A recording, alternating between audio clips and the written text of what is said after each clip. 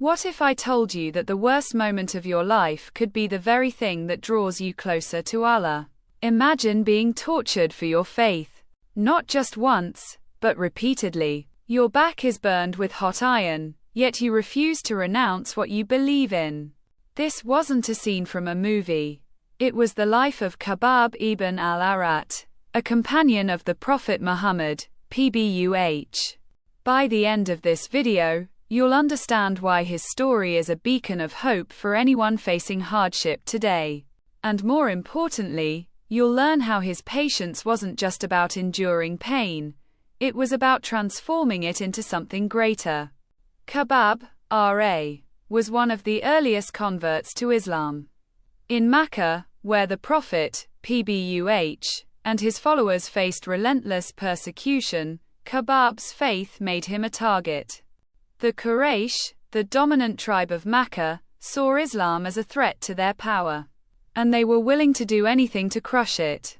Khabbab, R.A., was a slave, and his master, a woman named Anmar, took particular pleasure in torturing him. She would heat an iron rod until it glowed red and then press it onto his back. The pain was unbearable, but Khabbab, R.A., never wavered.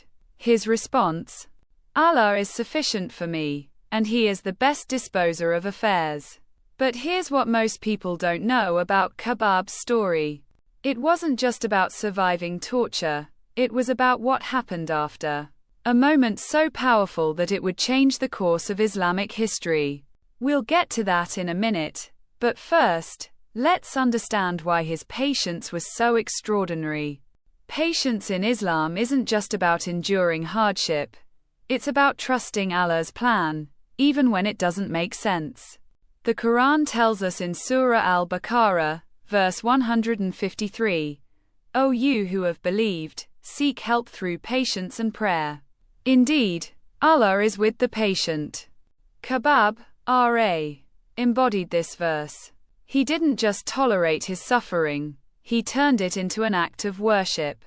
Every burn, every lash, every moment of pain was a testament to his faith. And Allah saw it all.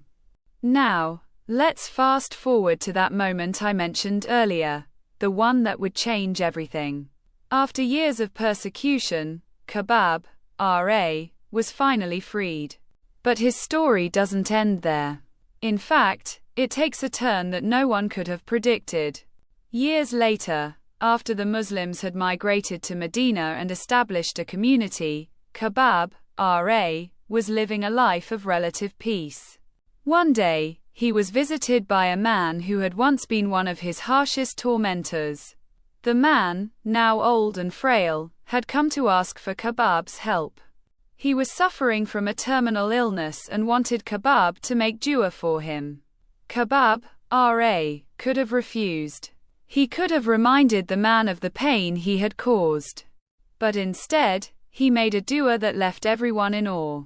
He said, "O Allah, if this man has any good deeds, accept them and forgive him.